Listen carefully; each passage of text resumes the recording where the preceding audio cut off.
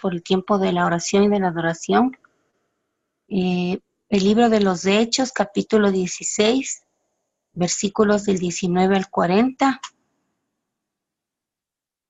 Por favor, vamos a la Biblia. Si nos ayuda a Yoli con la lectura de estos versículos, por favor, mi Yoli.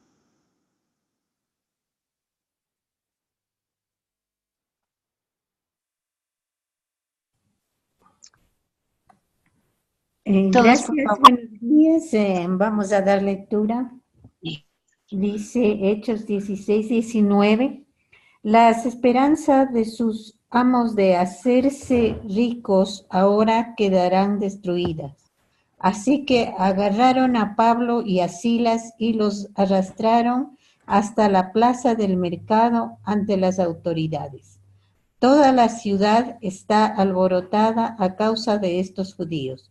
Les gritaron a los funcionarios de la ciudad: enseñan costumbres que nosotros los romanos no podemos practicar porque son ilegales. Enseguida se formó una turba contra Pablo y Silas, y los funcionarios de la ciudad ordenaron que les quitaran la ropa y los golpearon con varas de madera. Los golpearon severamente y después los metieron en la cárcel. Le ordenaron al carcelero que se asegurara de que no se escaparan.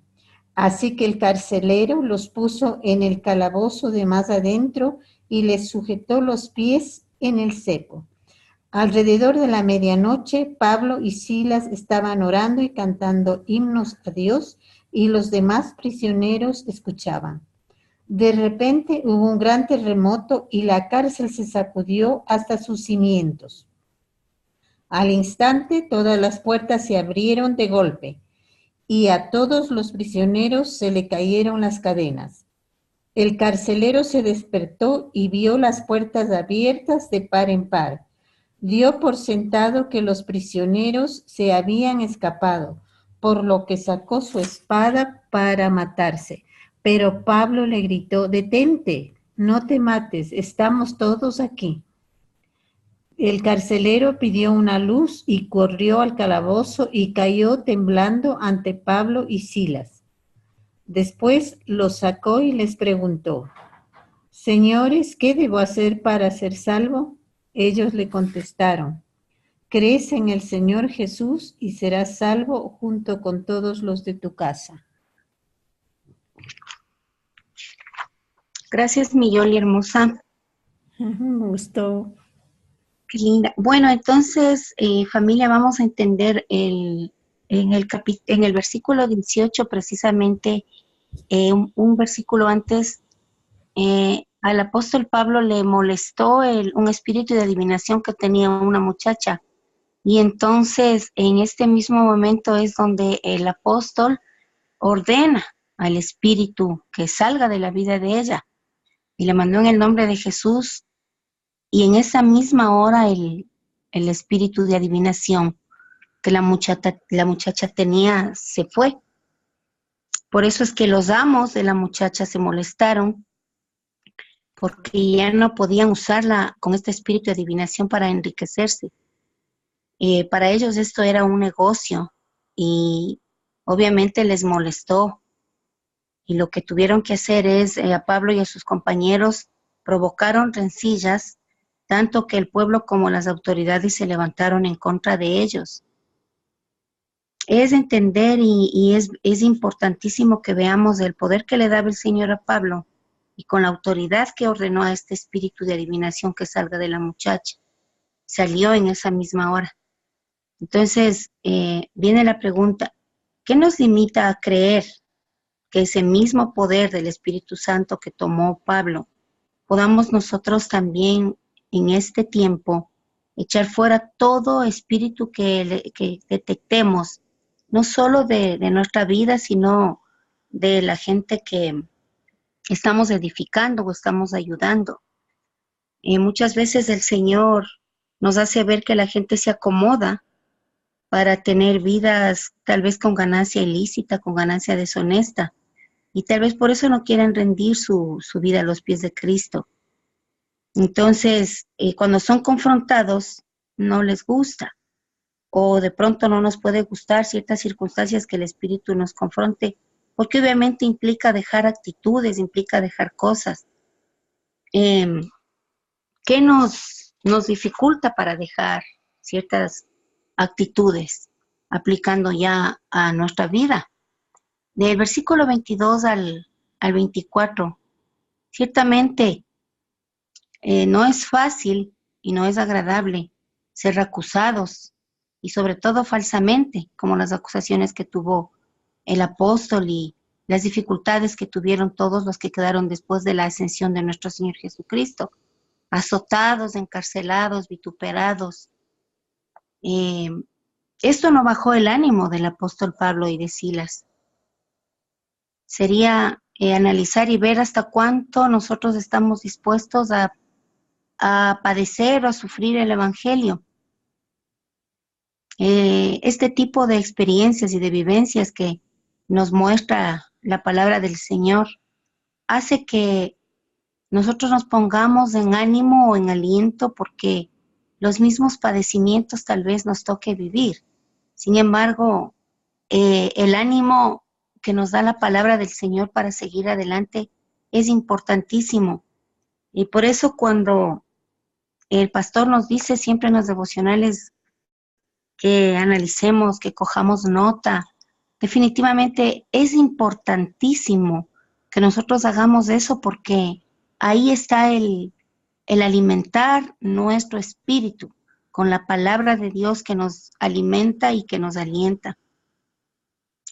En el versículo 26 vemos que las autoridades humanas encerraron a Pablo y a Silas, pero quien realmente está en el control de todo es Dios. Y lo mostró con sus señales, lo mostró con su poder. No ha de haber sido fácil alabar y cantar al Señor cuando todo parece gris, cuando ellos estaban prisioneros. Pero cuando estamos experimentando este tipo de circunstancias, la verdadera libertad no está en lo físico, sino en lo espiritual, porque ahí empieza todo. Nuestra libertad, definitivamente salir de las prisiones que nos detienen para avanzar en la obra, en la misión, en nuestra restauración física, depende mucho de la libertad espiritual que tengamos, depende mucho de identificar esas prisiones que nos tienen abatidos y que muchas veces no podemos prosperar. ¿Qué es prosperar? No es sino avanzar y no detenernos frente a las circunstancias. Tal vez sea fácil decir y hablar, en las aflicciones tenemos que alabar al Señor, pero sí se vuelve algo difícil o tal vez en una contraposición porque nos va a jugar las emociones, pero experimentar en una aflicción el alabar al Señor tiene otra connotación para nuestras vidas y es importantísimo.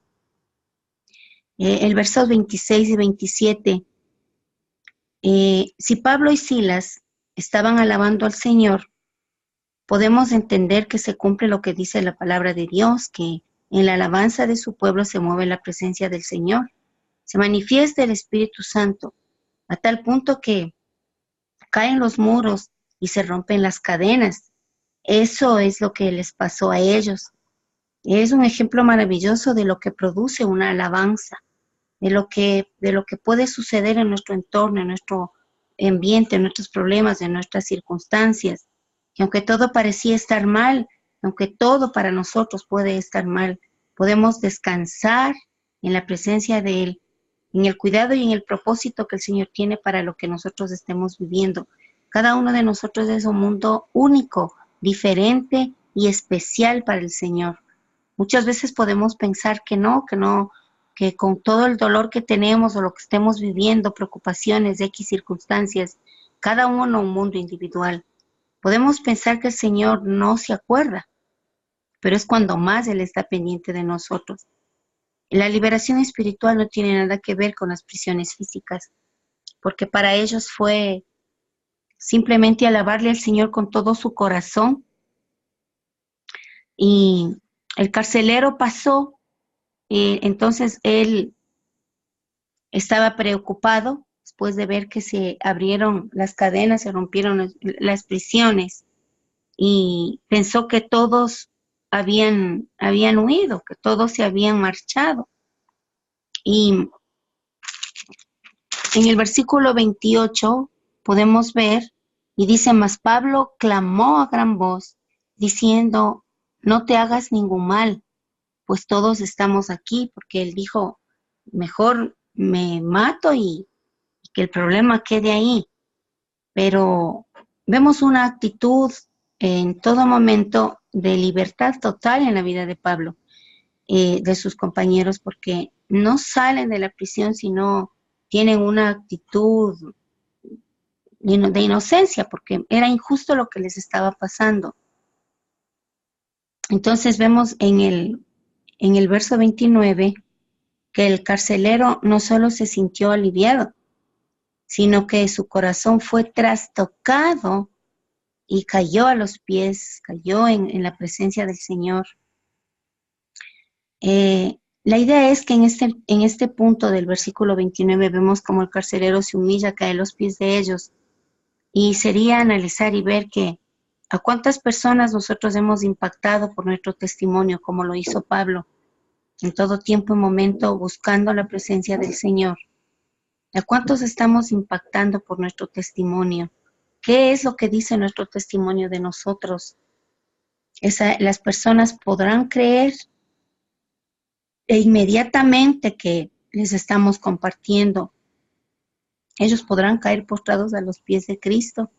Personas nuevas, de pronto esa lista que siempre estamos en intercesión por personas que queremos que vengan a los pies de Jesucristo.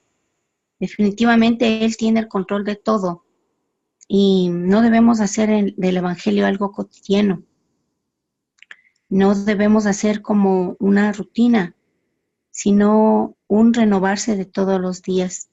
Que nos renovemos en la presencia de Dios y que el supremo llamamiento también sea renovado, se refrigere, se oxigene, esté en una frescura de disfrutar de lo que somos, para que no sea por lo que decimos, sino por lo que está dentro de nosotros, para que las personas perciban esa paz, esa libertad que lo produce la palabra de Dios cuando los corazones están necesitando.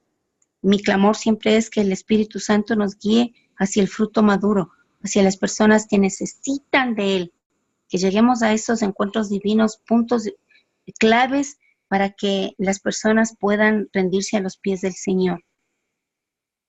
Los versículos del 30 al 33 dice, y sacándolos les dijo, señores, ¿qué debo hacer para ser salvo? Ellos dijeron, cree en el Señor Jesucristo y serán salvos tú y tu casa. Y les hablaron la palabra del Señor a él y a todos los que estaban en su casa. Y él, tomándolos en aquella misma hora de la noche, les lavó las heridas y enseguida se bautizó con todos los suyos. Entonces, en este libro de los Hechos, vemos muchos contrastes de la forma en que la gente recibe o rechaza la palabra del Señor. Recibe bien o se pone en contraposición del Evangelio. Entonces, ¿qué nosotros debemos hacer definitivamente para proseguir con la obra, para ver personas que busquen y necesiten la salvación?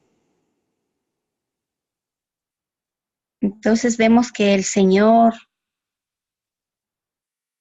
con absoluto poder, digo yo, toma las vidas de estas personas, pero ellos enseguida accionan, enseguida toman la palabra hasta el punto en que esta persona que les sacó de la cárcel y su familia fueron bautizados. Es decir que eso fue algo tan del espíritu, tan espontáneo, una necesidad impresionante a lo largo de del libro de los Hechos, yo veo que hasta este capítulo siempre están haciendo hincapié en el bautizo, están haciendo hincapié en el Espíritu Santo. Entonces, inmediatamente él se bautiza con su familia, porque vemos una reflexión y los primeros en que nosotros debemos ganar es a la familia, a los que nos rodean. De pronto tenemos amigos que se convierten en nuestra familia y la familia es el termómetro para cuando nosotros reconocemos al Señor. Y la familia ve el cambio, la familia ve la transformación. Por eso dice la palabra de Dios que él y su casa serían salvos para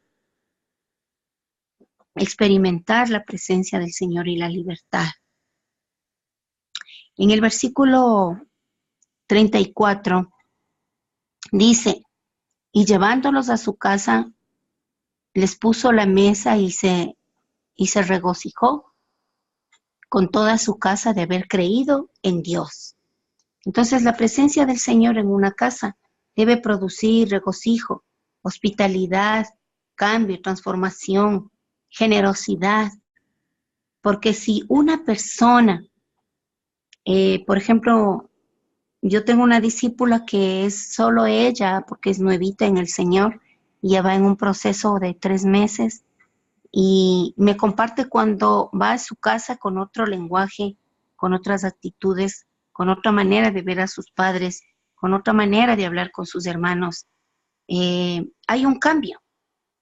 Entonces, cuando se siembra la palabra del Señor por una persona, esa persona permite que la presencia del Señor trastoque a los demás miembros de la familia.